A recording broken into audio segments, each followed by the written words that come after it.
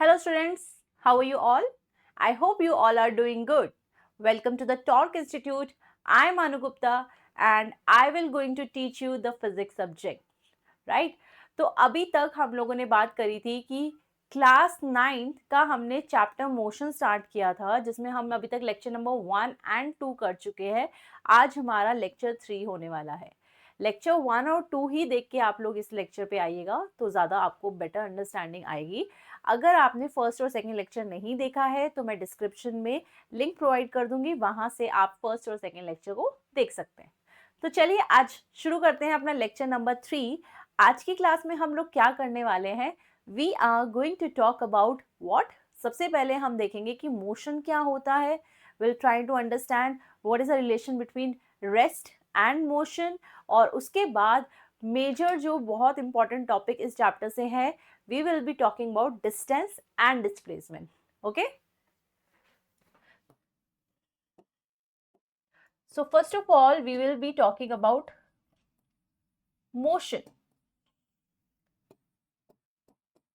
then the term rest, we will be talking about distance, and after that displacement. All right, so we will be talking about that now. अब मैं आपसे जानना चाहती हूँ कि आखिर मोशन होता क्या है। अगर मैं आपसे पूछूं what is motion according to you, तो अगर हम अपने आसपास देखें तो हमें अपने आसपास काफ़ी सारी चीज़ें कैसी लगती हैं, मूव करती हुई। जैसे अगर हम बर्ड्स को देखेंगे तो बर्ड्स यूजली हमें फ्लाई करते हुए दिखते हैं। अगर हम बाहर रोड पे जाएं तो हमें ट्रक्स, कार्स, व्हीकल्स ये सब मूव करते हुए दिखते हैं। मूव का मतलब ये हुआ when ever the body is changing its position, वो अपनी जगह अगर टाइम के साथ बदले तो वो मोशन में है। जैसे कि यहाँ अगर आप इस बॉल को देख सकते हो, क्या ये अभी मोशन में है? नहीं। But if you will see now, तो इसने क्या किया, अपनी पोजीशन चेंज की, अपनी जगह चेंज करी। पहले वो यहां थी, अब यहां आ गई। That means now it is in motion, right. तो हम क्या बोल सकते हैं कि मोशन आखिर है क्या। मोशन में अगर हम किसी भी बॉडी को कहना चाहें that this particular object is in motion, then it has to change its position with time और with respect to surrounding like this, right. तो ये बॉडी जो है ये मोशन में नहीं है, वहीं ये बॉडी जब अपनी पोजीशन बार बार चेंज कर रही है तो वो मोशन में है। तो सोचिए आपके आसपास आपको क्या क्या चीजें मूविंग दिखाई दे रही है। कमेंट्स बॉक्स में बताइए मुझे कि क्या क्या आपको अपने आसपास मूविंग चीजें अभी विजिबल है। ओके, वहीं अगर मोशन के बाद हम दूसरी टर्म की बात करें विच इज रेस्ट, तो रेस्ट क्या होता है, जब बॉडी कोई अपनी पोजीशन जगह जो है वो चेंज ना करे टाइम के रिस्पेक्ट में, तो फिर वो रेस्ट पे है। Like if you can take the example of your house, right? If you will take the example of the trees, buildings, ये सब हम देखते हैं कि टाइम के साथ इनकी जो पोजीशन है वो नहीं बदलती, राइट। तो ऐसे ऑब्जेक्ट्स जिनकी पोजीशन जो है टाइम के साथ बदलेगी, दैट इज इन मोशन। जिनकी नहीं बदलेगी, that is at rest. Okay, अच्छा, अगर मैं आपको कहूं कि दिस इज ऑल्सो पॉसिबल कि आपको अपना घर मोशन में दिख सकता है, दैट इज पॉसिबल। क्या आप मुझे बता सकते हैं ऐसा पॉसिबल कैसे हो सकता है? यस, इट इज पॉसिबल, क्योंकि आपको क्या देखना है कि आपके जो घर की पोजीशन है वो टाइम के रिस्पेक्ट में चेंज होनी चाहिए, राइट। तो अभी तो आपने बोला कि मेरा घर की पोजीशन मुझे चेंज होती हुई नहीं दिखती, that is why it is at rest. But सोचिए, क्या आपका घर किस पे, अर्थ पे है? अर्थ इटसेल्फ इज इन मोशन। तो अगर अर्थ मोशन में है, अर्थ घूम रही है, तो क्या आपका जो घर है वो भी तो मोशन में है? तो वो किसके लिए मोशन में है, चलिए देखते हैं। So if will see this, right. तो अगर हम बात करें किसी एस्ट्रोनॉट की, तो अगर एस्ट्रोनॉट अगर हमारी अर्थ को देखता है तो उसे अर्थ मूव करती हुई दिखती है, और अर्थ मूव करती हुई दिखती है मतलब जो हमारा घर है वो भी तो उसे मोशन में दिखता है। You are understanding this point कि that our houses, our trees, buildings that can be in motion as well. It all depends upon what, it all depends कि देख कौन रहा है। जैसे अगर एस्ट्रोनॉट के देखा तो उसने बोला that house is in motion. But क्या हमारे हाउस को मोशन में देखने के लिए हमें बाहर जाके, अर्थ से बाहर जाके ही उसे मोशन में देखना पड़ेगा? No, it's not like that. चलिए मैं आपको थोड़ा समझाती हूँ ये कंसेप्ट को लेके, ठीक है। तो देखिए इसमें होता क्या है, एक्चुअली दुनिया में हम हर एक चीज को कैसे ऑब्जर्व करते हैं, विद रिस्पेक्ट टू रेफरेंस, ठीक है ना, विद रिस्पेक्ट टू रेफरेंस। आपके लिए, आपको जैसे मैंने क्या माना, I am the reference one, I am the origin, जिसके रिस्पेक्ट में सारी चीजें ऑब्जर्व करने वाली। तो फिजिक्स में, साइंस में हम क्या मानते हैं, जो रेफरेंस होता है वो हमेशा खुद को रेस्ट पे ही मानता है। मतलब मैं अपने आप को क्या मानूंगी, रेस्ट पे, even though I am moving, even though I am in motion, but I consider my self always at rest. ठीक है, सो मैं अगर अभी देखो रुकी हुई ना, तो व्हाट विल आई से, this board is at rest, okay, I will say like this board is at rest. But when even when I'll start moving, देखो, when I am moving, then I will not say I am moving, मैं ये बोलूंगी अच्छा the board is moving, the board is going back, okay, मतलब आपको क्या मानना है, you are at rest only, you are at rest only, बाकी आसपास की दुनिया रेस्ट पे भी हो सकती है, मोशन में भी हो सकती है, it is like that। समझ में आया कि आपको अपने आप को मोशन में नहीं, आपको हमेशा अपने आप को रेस्ट में मानना है, चाहे आप मोशन में हो या रेस्ट में हो, ओके। तो अगर आपके सामने आपका घर है, यू आर एट रेस्ट, तो घर भी आपको रेस्ट पे लगेगा। बट लेट अस सपोज आपने चलना शुरू किया, तो आप ये नहीं कहोगे मैंने चलना शुरू किया, आप कहोगे अरे मेरा घर पीछे जा रहा है, पीछे छूट रहा है मेरा घर, तो your house is in motion now, ठीक है। तो व्हाट वी से, हम ऐसा बोलते हैं कि रेस्ट एंड मोशन ना, this is the relative term. ये सारा इस बात पे डिपेंड करता है कि आप किसके रिस्पेक्ट में बात करना चाहते हो। Rest and motion are relative terms, you are understanding this. चलिए, आपकी बेटर अंडरस्टैंडिंग के लिए एक दो क्वेश्चंस भी कर लेते हैं, आपको ज्यादा क्लियर हो जाएगा, ठीक है, इस बारे में। Okay, now you have to give me the answer for this, okay. Here you can see we have the school, we have the home, and this is you with your father, right? And you are on the bicycle. Now what is happening? You are going somewhere, है ना, आप जा रहे हो अपने पापा के साथ कहीं पे, देखिए ऐसे। So basically you are in motion, है ना, ऐसा आपको देख के लग रहा है। बट अब हम बात कर लेते हैं यहाँ पे, देखिए, अगर यहाँ पे हमने देखा school is, you have to tell कि स्कूल जो है वो रेस्ट में है या मोशन में है। This is what, with respect to home. तो विद रिस्पेक्ट टू होम मतलब ऑब्जर्वर कौन है, होम। तो अगर हम होम के रिस्पेक्ट में घर से पूछे, है ना, घर से पूछे, अच्छा घर आप बताओ कि स्कूल आपके रिस्पेक्ट में क्या है, तो क्या इसकी पोजीशन चेंज हो रही है विद रिस्पेक्ट टू होम? नहीं। So that means school is at rest with respect to home, right. चलिए, अब नेक्स्ट क्वेश्चन देखिए क्या है, स्कूल इज एट रेस्ट और in motion with respect to cycle. So again who is in motion now, देखो cycle जो है, this time cycle is the observer. तो ऑल्दो हमें पता है साइकिल मूव कर रही थी, राइट, साइकिल में मोशन था, बट हम ये नहीं कहेंगे। तो साइकिल क्या मानेगी, वो अपने आप को रेस्ट पे मानेगी। अब उसके लिए स्कूल कैसा है, school is in motion, very good. चाहे साइकिल खुद मूव कर रही हो, बट वो क्या कहेगा, नहीं नहीं, I am at rest only but school is in motion. So it is clear to you, okay. तो यहां से आई होप आपको ये पॉइंट क्लियर हुआ which I am trying to tell you, ठीक है, कि कैसे हम डिसाइड करते हैं which is at rest and which one is in motion, okay. अब जो मैंने बताया उसके कुछ इंपॉर्टेंट पॉइंट आप नोट डाउन करेंगे कि यहाँ से हम क्या कंक्लूड कर सकते हैं। The first point is that rest and motion are the combined property of both object and observer. Rest में है या मोशन में है, कंप्लीटली डिपेंड करता है ऑब्जेक्ट कौन है, ऑब्जर्वर कौन है। एंड ये देखिए term, there is nothing like absolute rest और मोशन। इसका मतलब क्या हुआ, देखो एब्सोल्यूट रेस्ट का मतलब क्या होता है ना, एब्सोल्यूट रेस्ट का मतलब ये होता है कि दुनिया में हर एक के लिए, है ना, हर एक के लिए ये पर्टिकुलर ऑब्जेक्ट रेस्ट पे है। तो मैं क्या कहूंगी, ये ऑब्जेक्ट रेस्ट पे है। For everyone in the world, in the universe, this object is at rest, या for everyone this object is in motion. अगर ऐसा है तो वो एब्सोल्यूट रेस्ट पे है, अगर ऐसा है तो वो एब्सोल्यूट मोशन पे है। But is it possible, is it possible दुनिया में कोई चीज हर एक के लिए रेस्ट पे हो या फिर हर एक के लिए मोशन में हो? Is it possible? No, it's not possible, right. किसी के लिए वो रेस्ट पे होगी तो किसी के लिए मोशन में होगी, and that is why we are saying कोई भी चीज दुनिया में एब्सोल्यूट रेस्ट या मोशन में नहीं हो सकती, ठीक है ना। दिस इज वेरी इंपॉर्टेंट, तो इसको जरूर ध्यान से देख लें, इट्स वेरी इंपॉर्टेंट टर्म। और दूसरा, rest and motion are relative terms, ठीक है। इन पॉइंट्स को बहुत अच्छे से आप नोट डाउन कर लेंगे और याद रखेंगे सबका मतलब क्या है। आई hope it is clear, can you move forward, okay. चलिए, I have some questions for you, very small questions are there, फटाफट से आपको आंसर्स करना है। चलिए बताइए, the house in which you live is that absolute rest, क्या वो हमेशा हर एक के लिए हर टाइम रेस्ट पे हो सकता है? बोलो बोलो बोलो, यस और no? So answer is no. एक के लिए वो रेस्ट पे है तो शायद दूसरे के लिए मोशन में हो सकता है, तो एब्सोल्यूट रेस्ट पे नहीं होगा।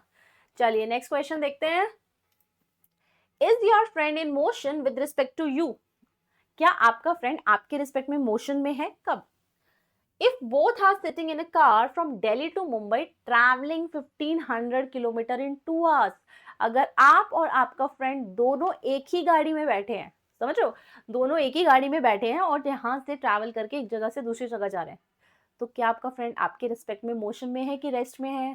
बोलो बोलो, क्या उसकी पोजीशन, क्या उसकी जगह आपके रिस्पेक्ट में चेंज हो रही है?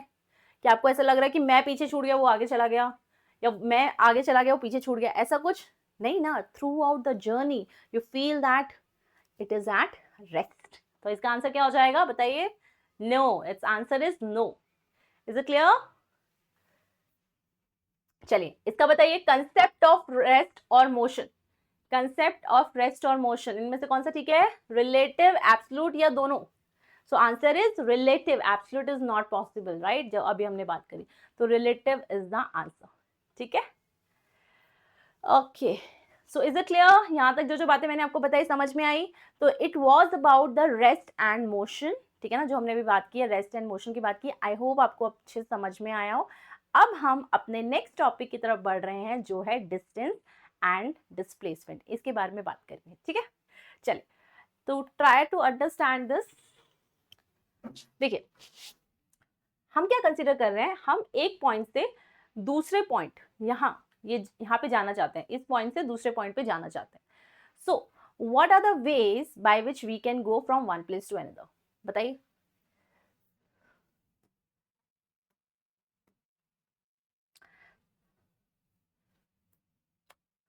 जैसे मान लो आप स्कूल से निकले, है ना, you are in the school, आप स्कूल से निकले और आपको कहाँ जाना है? अपने घर जाना है। तो क्या आपका स्कूल से घर तक जाने के लिए सिर्फ एक ही रास्ता पॉसिबल है? There is only one way, या फिर ए से बी जाने के लिए मल्टीपल पाथ्स आर पॉसिबल? हो सकता है कि आप ऐसे घूम के गए हो, ठीक है, and during that you have travelled 5 kilometres, ठीक है, मान लेते हैं ऐसा। या फिर ऐसा हो सकता है आपने कोई और पाथ चूज किया हो and in this path the distance is 3 kilometre, so I have taken this one as path 1, this one as path 2, okay. और आपको एक और पाथ मिला है, ठीक है, ए से बी जाने के लिए, and that is what, that is the straight line, ठीक है।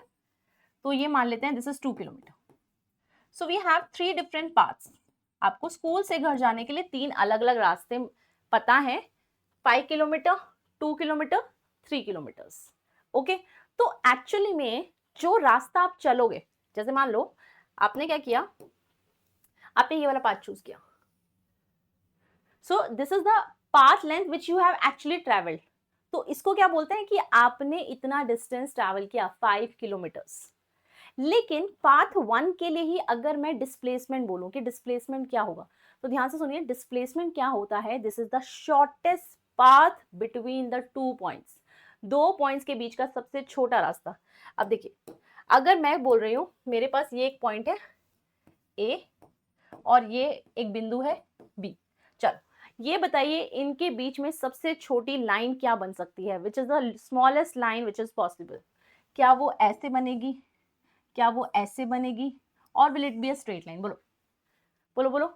सो shortest line between the 2 points will always be a straight line, है ना, that will always be a straight line. तो जो स्ट्रेट लाइन होती है एक पॉइंट से दूसरे पॉइंट के बीच में, इसी को क्या बुलाते हैं? Displacement, the shortest path between the 2 points. अब वो रास्ता आपने एक्चुअली में चला हो या नहीं चला हो, जैसे आपने चाहे पाथ 1 लिया हो तो आप क्या बोलोगे, distance travel is 5 kilometre, but what is displacement, that is 2 kilometre, the straight line that is 2 kilometre. चाहे फिर आपने वो रास्ता चुना हो या नहीं चुना हो, लेकिन शॉर्टेस्ट तो वही है ना, 2 किलोमीटर, ऐसा, ठीक है। तो यहाँ पे हम लिख लेते हैं, ये देखिए कि we are going to write the distance here and here we are going to write the displacement, okay।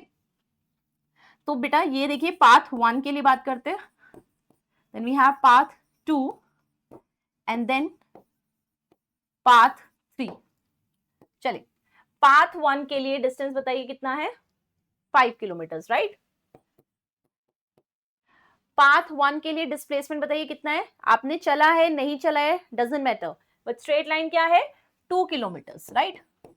चलिए पाथ 2 कौन सा है, ये है पार्ट 2, इसमें कितना है, कितना चला आपने 3 kilometres, the distance which you have travelled is 3 kilometres, but actually में सबसे छोटा रास्ता क्या है, चाहे आपने चला हो या नहीं चला हो, दैट इज 2 किलोमीटर, ठीक है। और आपको बेटा ये भी नहीं सोचना है अरे यार गवर्नमेंट ने तो मेरे घर से लेके स्कूल तक एक स्ट्रेट रोड बनाया ही नहीं है, मैं तो जा ही नहीं सकता, ऐसा तो कोई रास्ता ही नहीं, ऐसा नहीं सोचना। आपको सिर्फ ये देखना है एक पॉइंट से दूसरे पॉइंट के बीच में सबसे छोटी सीधी लाइन कौन सी है, दैट्स इट, ओके। चलिए लास्ट में पार्ट 3 की बात करते हैं। पार्ट 3 ये वाला है, तो अगर आप इस पे चलते हो तो आपका डिस्टेंस है 2 किलोमीटर्स और डिस्प्लेसमेंट भी है 2 kilometres. So from this data क्या आपको समझ में आ रहा है, what ever will be the distance but displacement will be like this only, है ना। डिस्प्लेसमेंट इस पर्टिकुलर केस में क्या होगा 2 किलोमीटर्स ही होगा। अब थोड़ा सा ध्यान से ऑब्जर्व करिए, ध्यान से ऑब्जर्व करिए हर एक केस में, देखो ध्यान से, ये 5 है ये 2 है, मतलब डिस्प्लेसमेंट जो है डिस्टेंस से छोटा है, राइट। और देखिए यहाँ पे डिस्टेंस 3 है, यहाँ पे डिस्प्लेसमेंट 2 है, अगेन ये इससे छोटा है, लेकिन ये एक ऐसा केस आ रहा है जिसमें ये इक्वल है, मतलब हमें जहां तक देख के समझ में आ रहा है डिस्टेंस डिस्प्लेसमेंट से हमें बड़ा ही मिला। क्या कभी ऐसा हुआ डिस्टेंस आपको डिस्प्लेसमेंट से बड़ा मिला हो, नहीं हुआ ना, और ऐसा कभी होता ही नहीं है। You will never ever find that distance is greater then displacement, distance कभी डिस्प्लेसमेंट से बड़ा नहीं होगा, हमेशा सॉरी जो डिस्टेंस होगा वो हमेशा डिस्प्लेसमेंट से बड़ा होगा, ठीक है ना। कभी भी डिस्प्लेसमेंट बड़ा नहीं होगा डिस्टेंस से, ये ध्यान रखना, लेकिन हाँ इक्वल हो सकता है। So what we can understand from here कि डिस्टेंस हमें कैसा मिला, ग्रेटर देन मिला डिस्प्लेसमेंट से, ठीक है ना। हमने जितने भी केस देखे उसमें कैसा मिला, ग्रेटर देन, बट हाँ दिस इज ऑल्सो पॉसिबल कि डिस्टेंस जो है वो डिस्प्लेसमेंट के इक्वल हो सकता है, दैट इज पॉसिबल, ये हमने देखा, राइट। लेकिन एक पर्टिकुलर केस में कब डिस्टेंस डिस्प्लेसमेंट के इक्वल हो सकता है, ध्यान से देखिए, this was in the case when we were talking about the path 3। Path 3 में हमने कैसा चला, स्ट्रेट लाइन। सो ये बहुत इंपॉर्टेंट पॉइंट है जो आपको ध्यान रखना है कि distance can be equal to displacement only when the body moves in a straight line, okay, when the body moves in a straight line, in that case it is possible. बाकी आप देखोगे ये ऐसा ही होता है। तो यहाँ पर हम क्या कह सकते हैं, हम चाहें तो ऐसा भी लिख सकते हैं, distance is greater than equals to displacement, ठीक है, distance is greater than equals to displacement. अब देखिए अगर मान लो मैंने डिस्प्लेसमेंट को यहां लिख दिया इसके नीचे, बोलो ऐसे, है ना, क्रॉस मल्टीप्लीकेशन लाइक दिस। अच्छा ये बताओ अगर डिस्प्लेसमेंट यहां आ जाएगा तो यहां क्या बच जाएगा, that will be equals to 1, that will be equals to 1, we can write like this, okay. तो यहां से हम एक इंपॉर्टेंट स्टेटमेंट बोल सकते हैं, the ratio of distance to displacement is always greater than or equal to 1, right, कि distance by displacement हमेशा ग्रेटर देन इक्वल्स टू 1 होगा। और देखिए इसको मैं देखो एक और तरीके से आपको लिख के दिखाती हूँ, हमने बोला distance greater than equals to displacement, ठीक है ना, जिसमें हम डिस्प्लेसमेंट को यहां लेके गए थे, ओके। क्या हम ऐसा कर सकते हैं, हम डिस्टेंस को यहां ले जाएं, तो क्या ये ऐसा लिखा जाएगा, लाइक दिस, बोलो। So there are the 2 ways to write this, है ना। तो अब पहले वाले केस में हमने क्या लिखा था, the ratio of distance to displacement, right. देखो मैं आपको दोबारा समझा देती हूँ, हमने क्या बोला सबसे पहले कि डिस्टेंस जो होगा वो डिस्प्लेसमेंट से बड़ा ही होगा, कभी भी हमें वो छोटा तो नहीं मिलेगा। लेकिन हाँ, इक्वल मिल सकता है।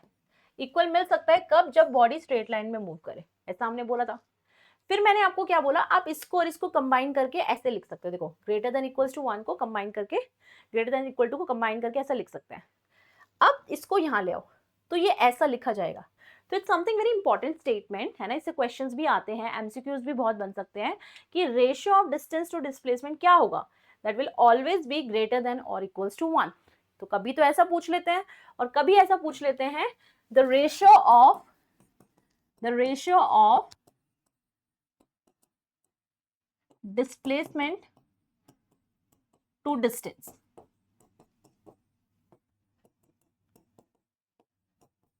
बताइए क्या होगा? डिस्प्लेसमेंट बाय डिस्टेंस हमेशा किससे? 1 से हमेशा छोटा होगा या फिर उसके इक्वल होगा, इज ऑलवेज लेस देन और equals to 1। Okay, understood this? तो इतना समझ में आया आपको? देखो मैंने आपको पहले ना थोड़ा डिस्टेंस डिस्प्लेसमेंट का ना बेसिक समझा दिया कि डिस्टेंस होता है actual length path covered by the body from one point two the other point, एक पॉइंट से दूसरे पॉइंट में जो एक्चुअली लेंथ चलता है, जबकि डिस्प्लेसमेंट शॉर्टेस्ट होता है एक पॉइंट से दूसरे पॉइंट का डिस्टेंस। ठीक है, मैंने आपको अलग अलग केसेस भी करा दिए जिसमें ये भी बता दिया डिस्टेंस की वैल्यूज अकॉर्डिंगली डिस्प्लेसमेंट क्या आएगा। और फिर आपको ये बहुत इंपॉर्टेंट, मतलब मैं सच बता रही हूँ, ये आपको बहुत इंपॉर्टेंट है, आप इसे जरूर ध्यान रखें। ये जो रेशियो वाली बात मैंने आपको बताई है, this is important. Okay, this is important, this one is important. Okay, इसको हम ध्यान रखेंगे। ठीक है, डन? ओके, अब बात कर लेते हैं डेफिनेशंस की, कि डिस्टेंस की डेफिनेशन हम कैसे लिखेंगे, ये एसआई यूनिट क्या होगी, ये स्केलर है या वेक्टर है, इन चीजों की चलिए बात करते हैं। ठीक है, चल। तो डिस्टेंस कैसे डिफाइन करेंगे? The actual length of the path covered by a moving particle, that is what, that is distance. Okay okay, चलिए बताइए डिस्टेंस स्केलर है या वेक्टर है? Distance is a scalar quantity, right, जबकि डिस्प्लेसमेंट कैसा होता है? It's a vector quantity. इसका मतलब डिस्टेंस स्केलर है तो ये हमेशा ही पॉजिटिव होगा, कभी भी ये नेगेटिव नहीं होगा। ठीक है, distance will always B positive, never negative. और इसकी एसआई होती है मीटर। और सीजीएस क्या होती है बताइए बेटा? CGS unit will be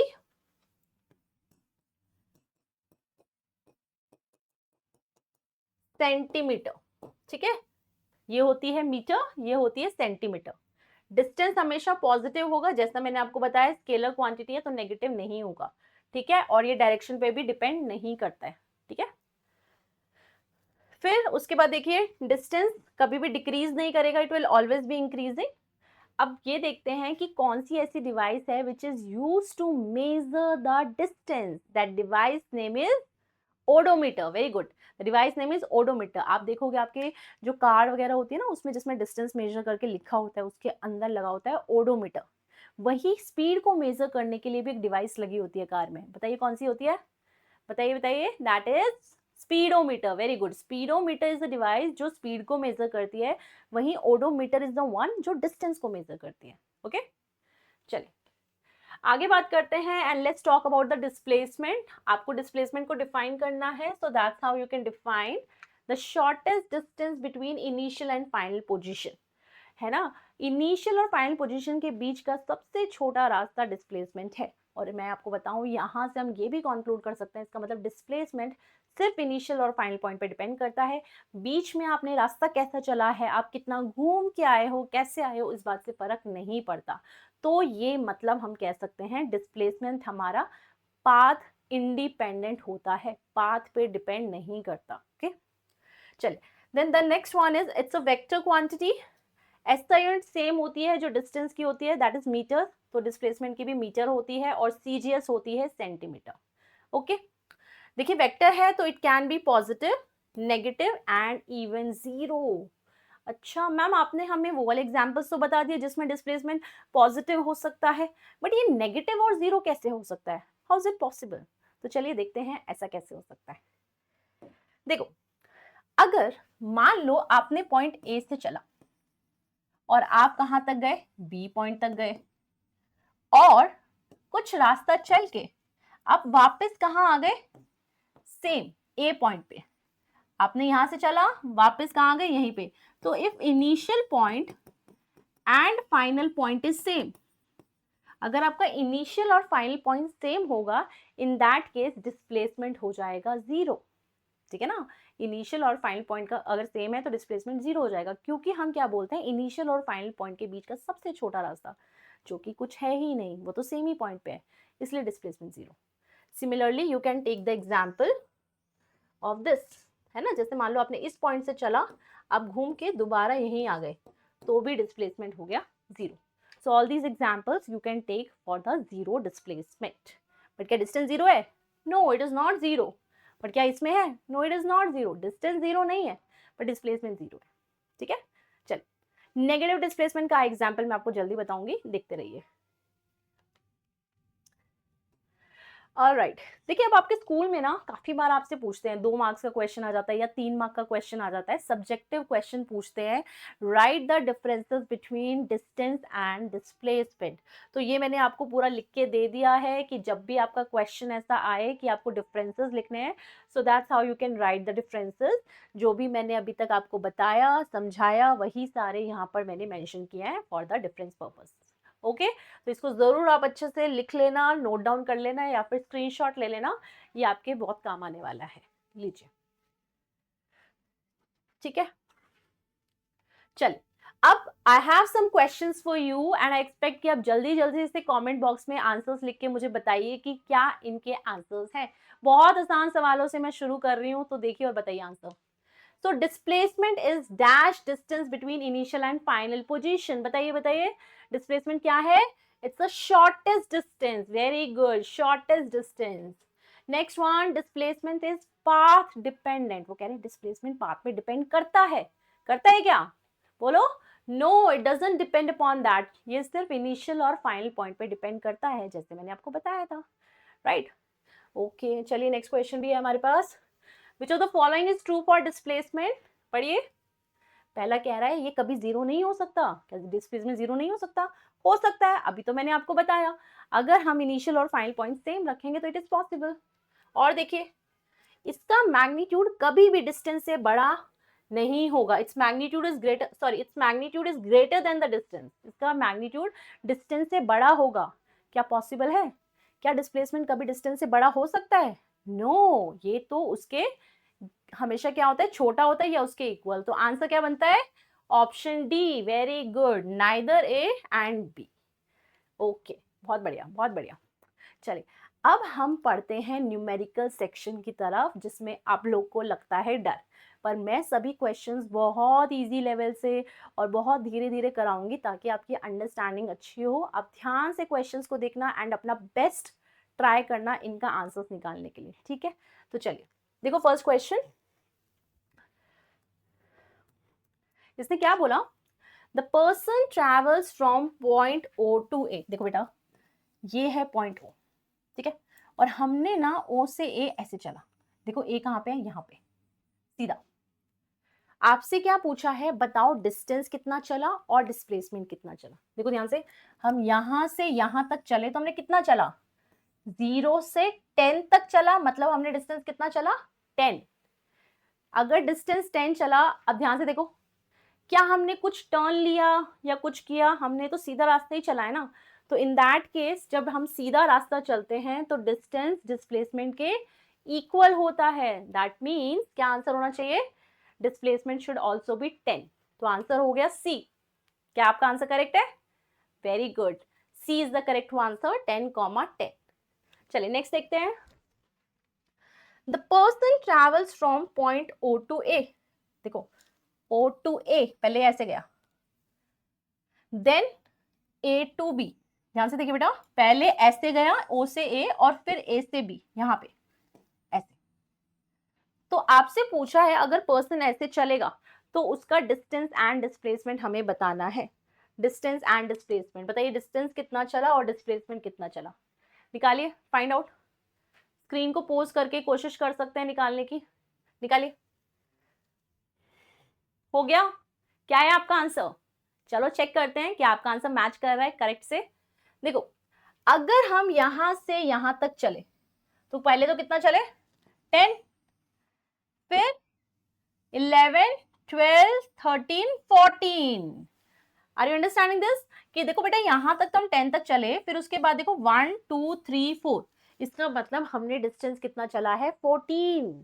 but how about displacement?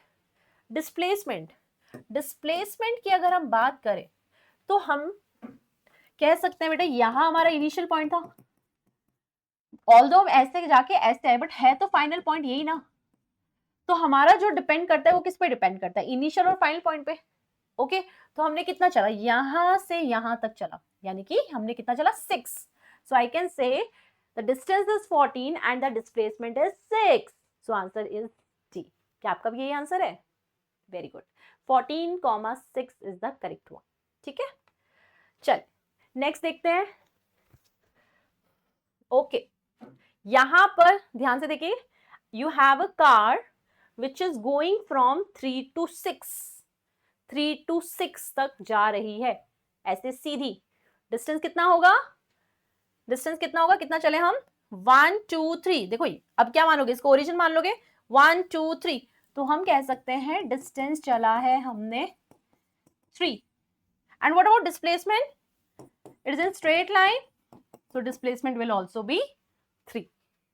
Got it? Okay, चल नेक्स्ट क्वेश्चन। अब देखो इसमें क्या दिया है कि आपको दिया है कि car is going from -3 to -6, -3 to -6। सोचिए क्या आएगा डिस्टेंस, क्या आएगा डिस्प्लेसमेंट? स्क्रीन को पोज करके ट्राई करिए, चलिए बताइए डिस्टेंस क्या है आपका।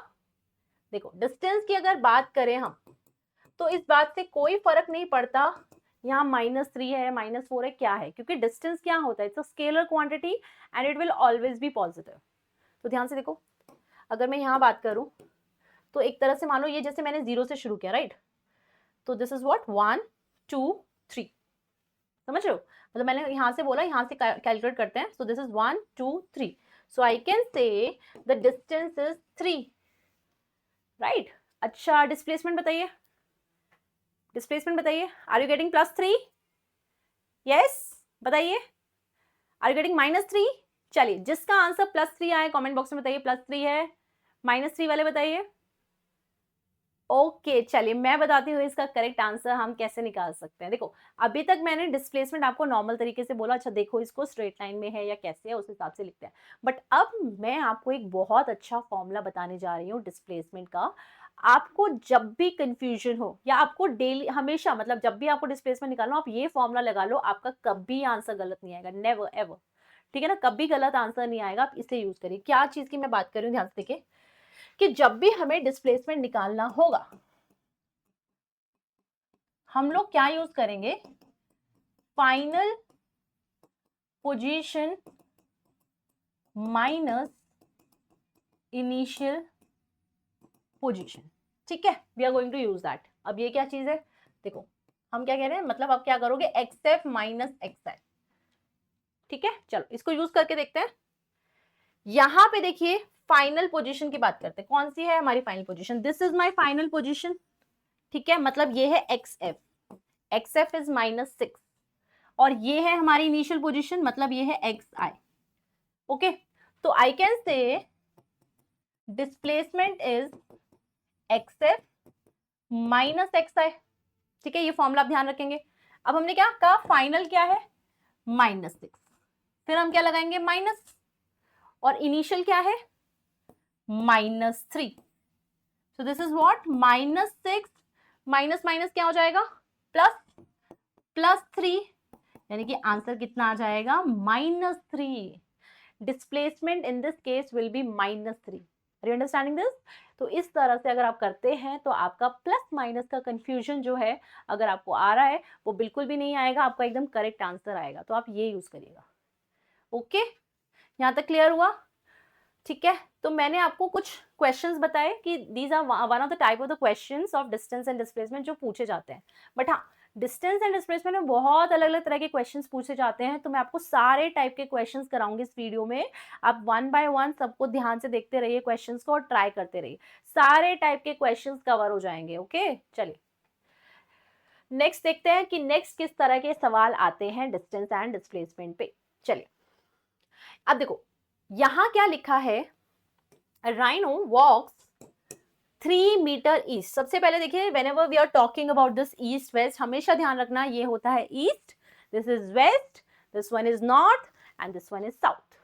ठीक है, तो उसने क्या बोला, राइनो वॉक्स 3 मीटर ईस्ट, ठीक है, and then walks 4 metre north, मतलब ऊपर 4 मीटर, यहाँ पे 3 मीटर। तो ये बोला है डिस्टेंस और डिस्प्लेसमेंट बताना है। देखिए बेटा क्या, 3 और 4, तो हमने देखिए डिस्टेंस कितना चला है, distance is 3 plus 4 that is 7, distance 7 हो गया। अब हमें निकालना है डिस्प्लेसमेंट, ठीक है ना, डिस्प्लेसमेंट। अब डिस्प्लेसमेंट क्या होता है, इनिशियल पॉइंट ये है, फाइनल पॉइंट ये है। डिस्प्लेसमेंट होता है इनिशियल और फाइनल पॉइंट के बीच का सबसे छोटा रास्ता, राइट। तो यहां पर वो क्या होगा, एक स्ट्रेट लाइन। तो यानी कि क्या हमें ये पता लग गया, मतलब डिस्प्लेसमेंट पता चल गया, यस। तो इसको निकालने के लिए हम क्या कर सकते हैं, देखिए ध्यान से, अगर मैं इसको मान लूं ये मेरा एक ट्राइंगल की तरह बन गया ना, राइट एंगल ट्राइंगल की तरह, जिसमें ये मेरा एंगल कितना है 90 डिग्री, ठीक है।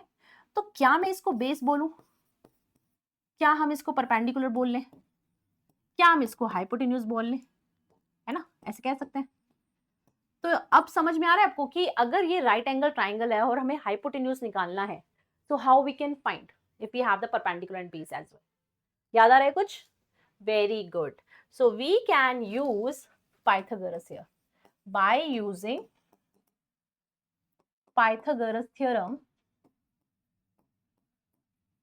We can find out the answer, ठीक है। अब ये कैसे यूज करते हैं, हाइपोटेन्यूज का स्क्वायर इक्वल्स टू परपेंडिकुलर का स्क्वायर प्लस बेस का square.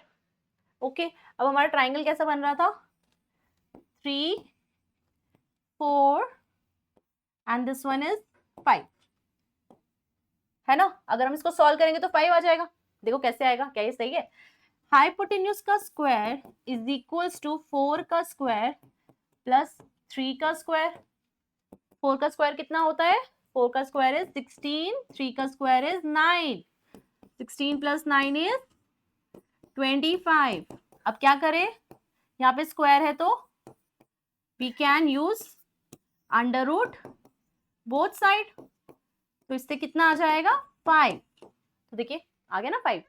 So that means hypotenuse will be what, that will B 5, और यही हमारा क्या है, दिस इज द डिस्प्लेसमेंट। तो यानी कि डिस्प्लेसमेंट कितना आ गया 5।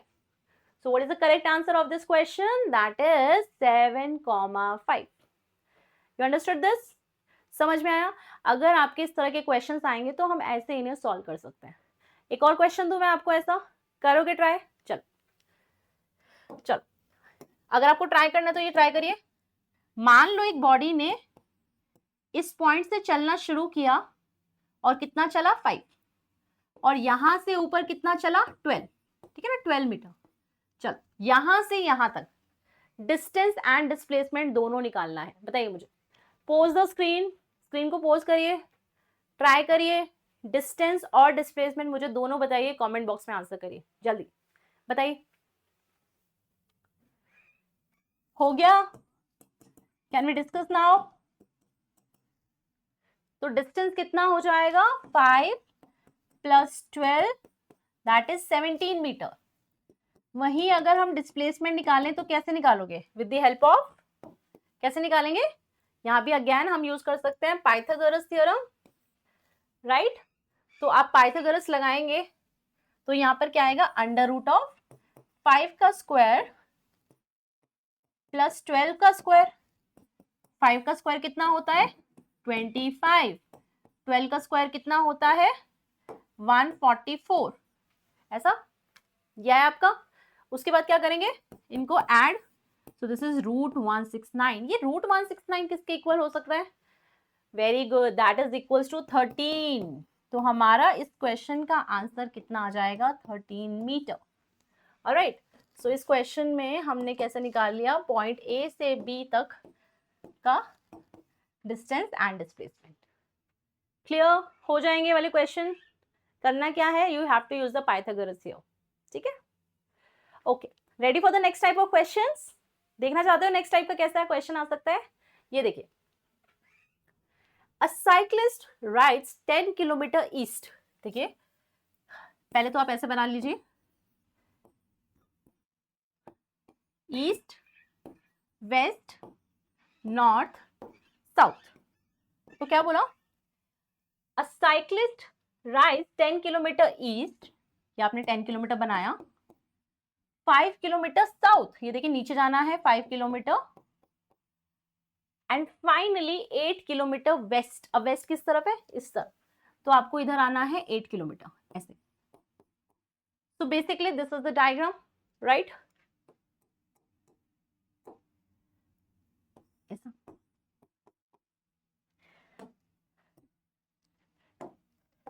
ठीक है। अब चलिए इसको ट्राई करेंगे कि कैसे इसको सॉल्व करेंगे। देखो ध्यान से, आप देखो यहां हम 10 गए, चलो मैंने ना थोड़ा इसको बड़ा करके बना देती हूँ। ये डायग्राम कुछ ऐसा है, this is your 10, 5 and then 8, ठीक है ना, ऐसा है ना डायग्राम। अब देखो यहाँ पे ध्यान से अगर हम देखें तो इस 10 में से ये सेक्शन कितना है, 8 किलोमीटर। मुझे क्या करना है ना, इस पॉइंट और इस पॉइंट के बीच का डिस्टेंस और डिस्प्लेसमेंट बताना है।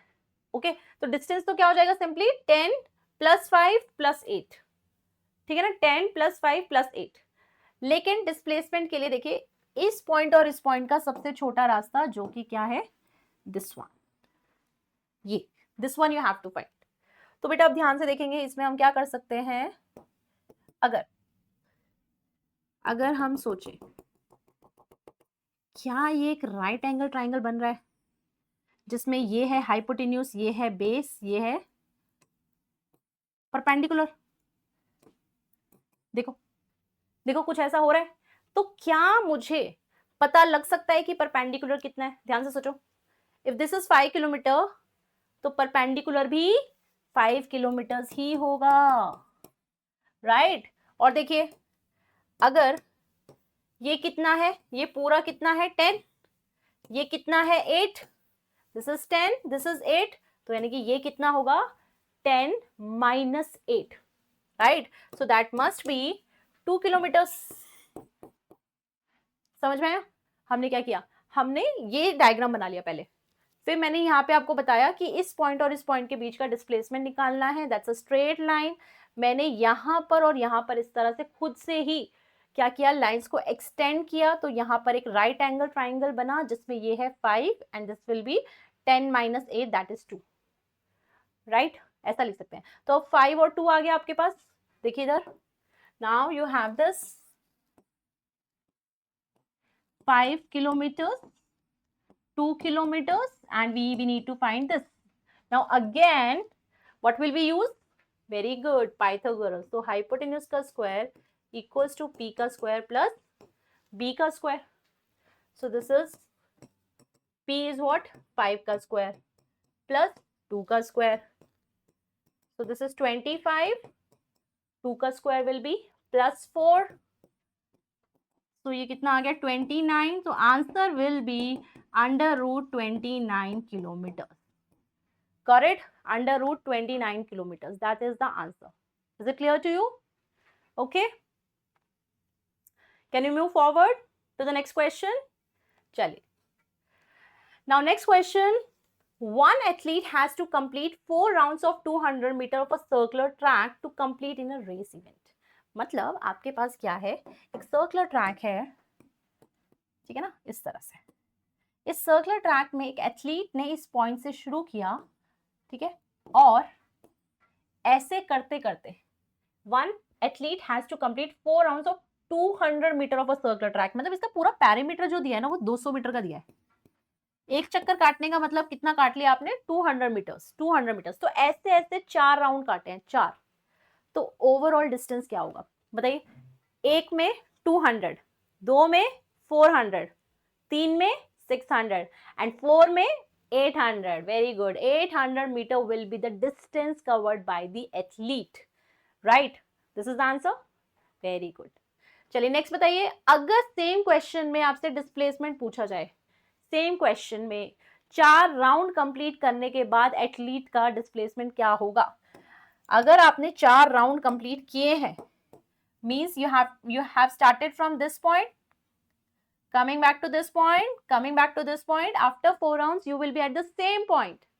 तो displacement क्या होगा? Displacement will be 0, right? Displacement will be 0.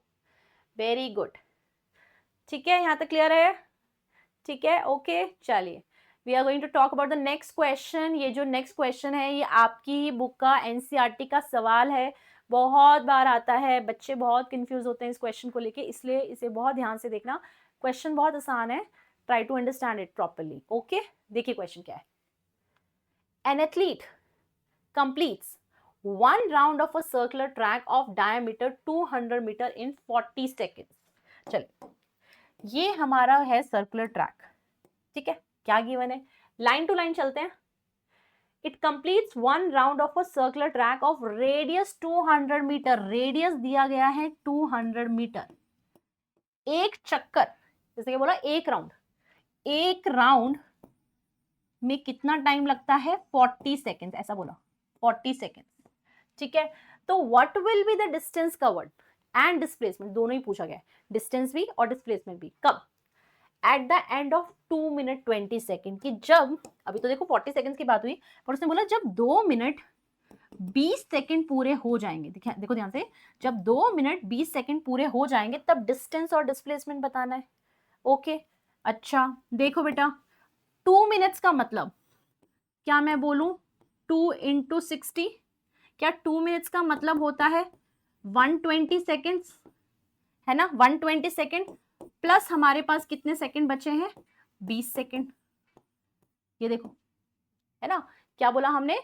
2 minute 20 second बोला ना उसने. 2 मिनट मतलब 2 into 60, 120 second plus 20 second. Okay, अब यहां देखो, अगर ये एक चक्कर काटता है तो उसमें कितने सेकेंड लग गए? 40. अब वो एक और चक्कर काटे, सेकेंड, तो 40 तो ऑलरेडी हो गया, एक और 40 हो गया मतलब 80, एक और 40 हो गया मतलब 120. कितने राउंड्स हुए? 3 राउंड्स हुए. 3 राउंड्स हुए और उसमें कितने चले गए सेकेंड? 120 सेकेंड. 3 राउंड्स में 120 सेकेंड चले गए. अब कितने सेकेंड बचे हैं?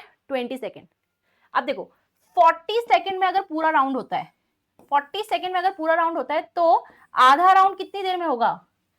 20 सेकेंड में, राइट? इसका मतलब कितने राउंड्स हुए? 3 राउंड्स तो पहले 120 सेकेंड में हो गए थे और अब बचा हुआ कितना हुआ गया? 20 सेकेंड में होगा हाफ राउंड. तो ये हो गए 3 राउंड्स इसके लिए प्लस 0.5 राउंड्स इसके लिए. मतलब हमें क्या समझ में आया? ओवरऑल राउंड्स कितने हुए, है ना? इस टाइम में कितने राउंड्स हुए? 3.5 राउंड्स हुए. हमें इसके लिए बात करना है डिस्टेंस और डिस्प्लेसमेंट दोनों को लेके. यहां तक समझ में आया? ठीक है, चल अब डिस्टेंस की बात करते हैं. ठीक है ना, कि डिस्टेंस कितना लगा. अगर मैं डिस्टेंस में बात करूं, एक राउंड की बात करते हैं. चलो, एक राउंड में कितना डिस्टेंस लगता है? देखो, अगर आप ऐसे गोल चलते हो मतलब you are covering the perimeter of the circle, है ना? अगर आप बाउंड्री पे चलते हो, और पेरीमीटर ऑफ सर्कल क्या होता है? That is equals to 2 pi r. 2 pi r. R क्या होता है इसमें? That is radius. बेटा ध्यान से देखिए, डायमीटर कितना है? डायमीटर है 200 मीटर और रेडियस क्या होता है उसका? हाफ, यानी कि 200/2, यानी कि रेडियस कितना है? 100. So I can say that this is what?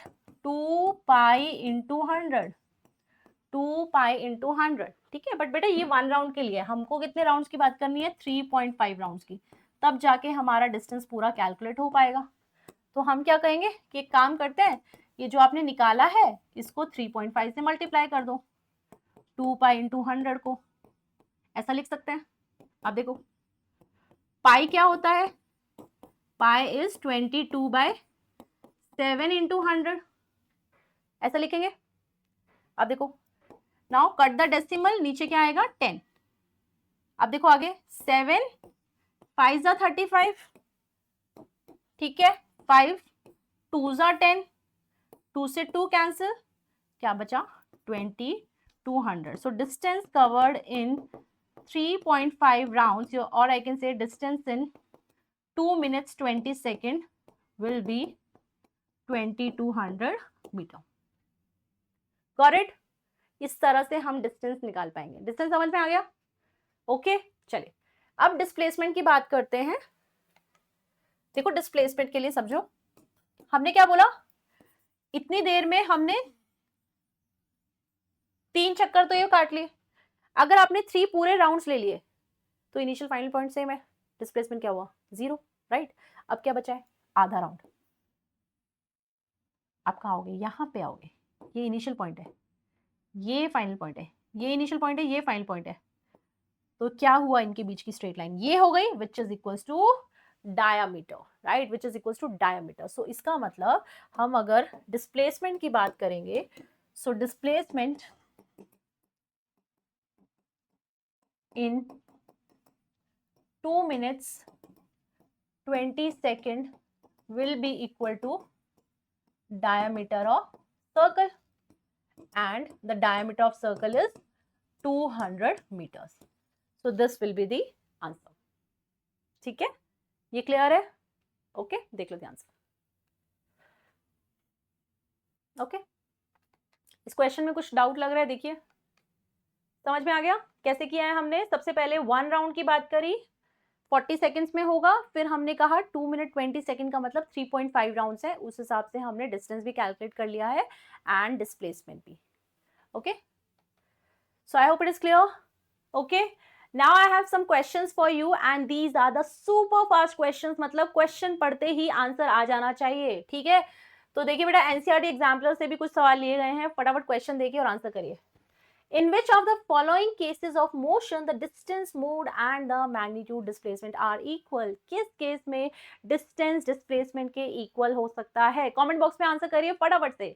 Very good, option A is correct. जब बॉडी स्ट्रेट लाइन में मूव करेगी, इन that case. So when the car is moving in a straight line, तब ये possible है. Ready for the next question? We have the super fast question again. So this is my second question. चलिए बताइए. Numerical ratio of displacement to distance, displacement by distance. बताइए, मैंने पढ़ाया था आपको, जल्दी से बताइए कमेंट बॉक्स में क्या आंसर आएगा. Very good, option A, always less then 1. This is the correct one, always less then 1. Next question.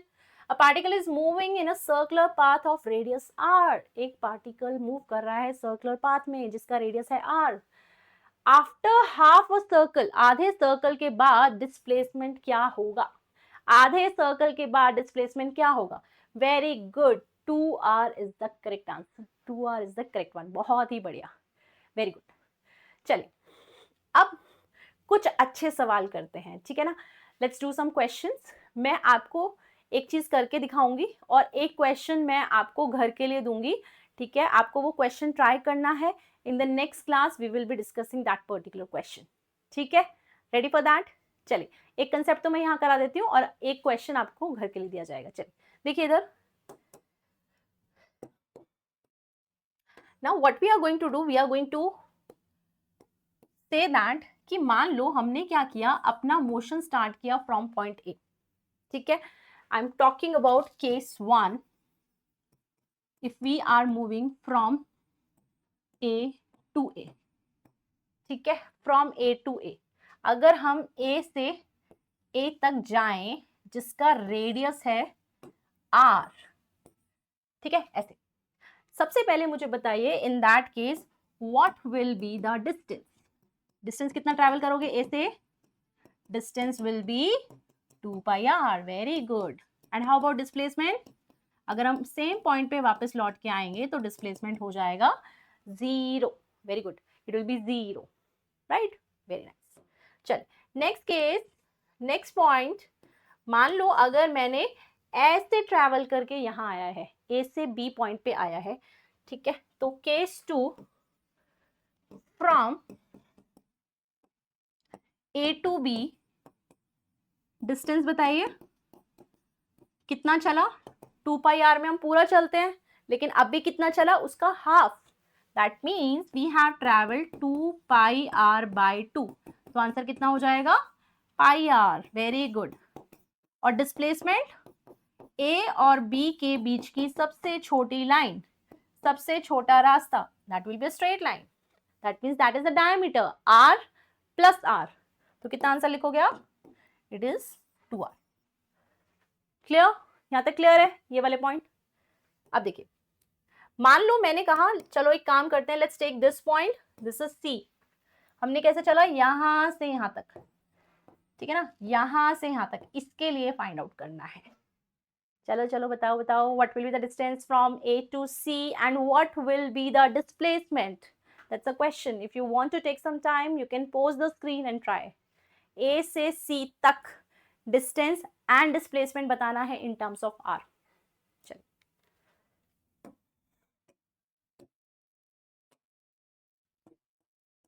हो गया, कैन वी डिस्कस नाउ।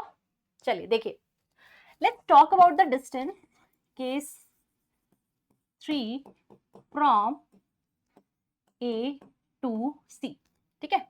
चलो डिस्टेंस की बात करते हैं। हमने यहां से यहां तक कितना चला था, 2 पाई आर का आधा, दैट इज पाई आर। अभी हमने कितना चला, अभी हमने कितना चला, पाई आर का भी आधा, पाई आर का भी आधा, या फिर मैं क्या कह सकती हूँ, 2 पाई आर का 1/4, है ना, जो पूरा है 2 बाई आर उसका 1/4 चला ना, 1/4, तो ये हो गया पाई आर बाय 2। या तो आप कह सकते हो पाई आर का आधा चला, है ना, या फिर कह सकते हो इसका 1/4 चला। चलो let's talk about the displacement. बताओ डिस्प्लेसमेंट का आंसर क्या आया। अगर ये आपका आंसर सही आ गया है तो दिस इज वेरी गुड, क्योंकि बहुत अच्छा सवाल है डिस्प्लेसमेंट निकालना यहाँ के लिए।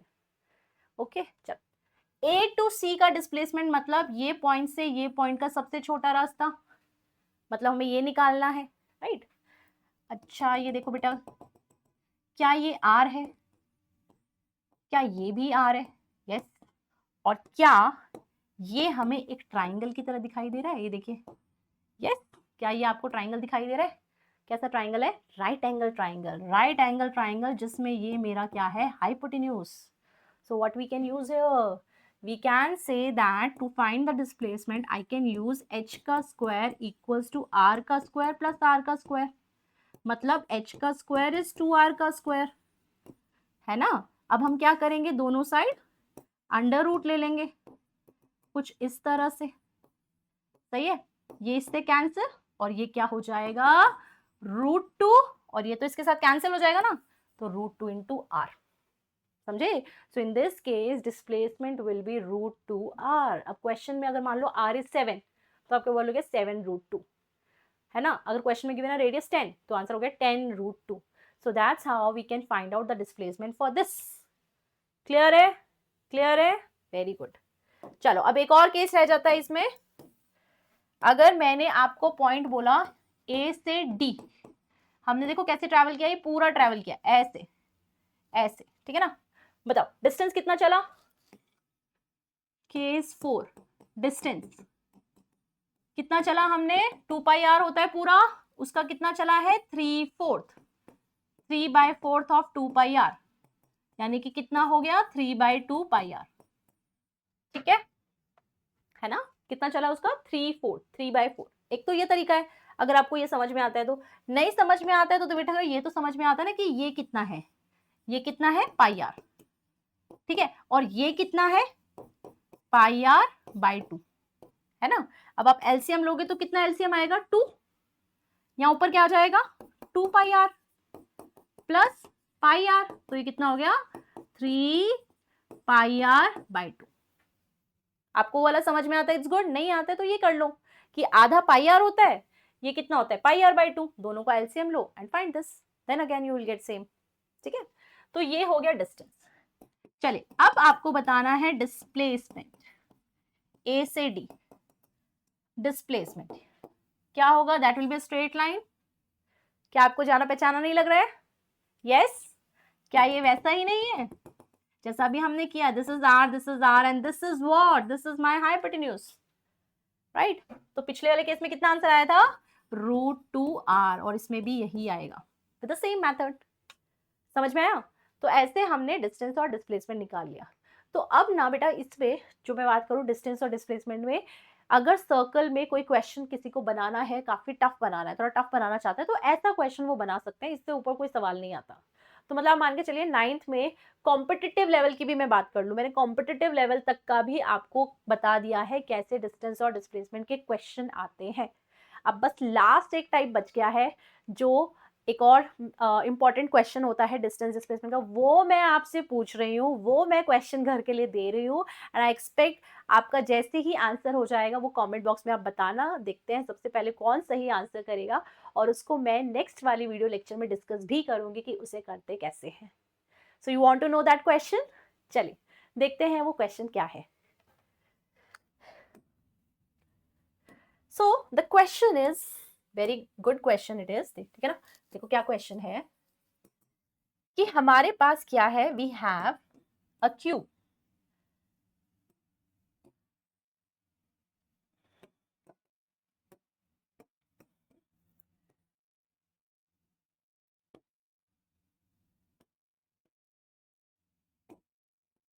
ठीक है। अच्छा क्यूब है तो सारी साइड्स कैसी होंगी, ऑल विल बी सेम। मान लो ये भी साइड ए है, ये भी ए है, ये भी ए है, और ये भी ए है, ठीक है। तो अब आपको क्या बोला है मैंने कि you have started from this point, ठीक है, you have started from this point, और आप कैसे चले, पहले आप यहां चले, ओके, फिर आपने यहां चला, ध्यान से देखिए, आपने यहां चला, और फिर आप कहां गए, यहां पे। So you are at opposite point of the diagonal. देखो उस डायगोनल के अपोजिट पॉइंट पे आप है, तो आपको बताना है what will be the displacement, what will be the displacement from point A to B. Find displacement from point A to B. You understood my question? मैं अगेन आपको क्वेश्चन बता देती हूँ that we have a cube here, सभी की side same है। You started from this point, आपने यहाँ से चला चला चला, फिर आप यहाँ गए और ऊपर चले गए ऐसे। जैसे मान लो कोई चींटी है, एंट है ना। एंट क्या कर रही है, एक रूम में ऐसे बाउंड्री पे चल रही है, रूम है एक तरह से, और फिर क्या चली गई, वो ऐसे करके वॉल पे चली गई और सीलिंग तक चली गई। तो इन दैट केस यहां से लेके यहां तक का डिस्प्लेसमेंट आपको फाइंड आउट करना है, that's a question. Okay, so you have to try this question, fine. चलिए इसके बाद बेटा एक और चीज मैं आपको बताती हूँ, इसमें आपको मैं जैसे मैंने बताया था लेक्चर नंबर 2 और जो आपका 1 और 2 है उसका मैं लिंक डालने वाली हूँ, but apart from that I am going to give you the practice session, practice worksheet, है ना। तो आपका एक वर्कशीट जरूर मैं इसके साथ अटैच करूंगी, वो वर्कशीट आप जरूर ट्राई करिए, डिस्टेंस एंड डिस्प्लेसमेंट का। आपका कॉन्फिडेंस बिल्ड होगा, और आपको जो उसके आंसर्स और सॉल्यूशंस है उसका आपको वीडियो सॉल्यूशन मैं प्रोवाइड करूंगी, ठीक है ना। उसका वीडियो लेक्चर, वीडियो सॉल्यूशन आपको मिल जाएगा, तो प्लीज उस वर्कशीट को जरूर करना, ठीक है, और फिर हम उसे डिस्कस भी करेंगे, ठीक है। तो चलिए मिलते हैं अपने नेक्स्ट वीडियो में, we will be talking about the speed in the next lecture. I hope आपको समझ में आया हो जो भी आज हमने डिस्टेंस एंड डिस्प्लेसमेंट की बातें करी।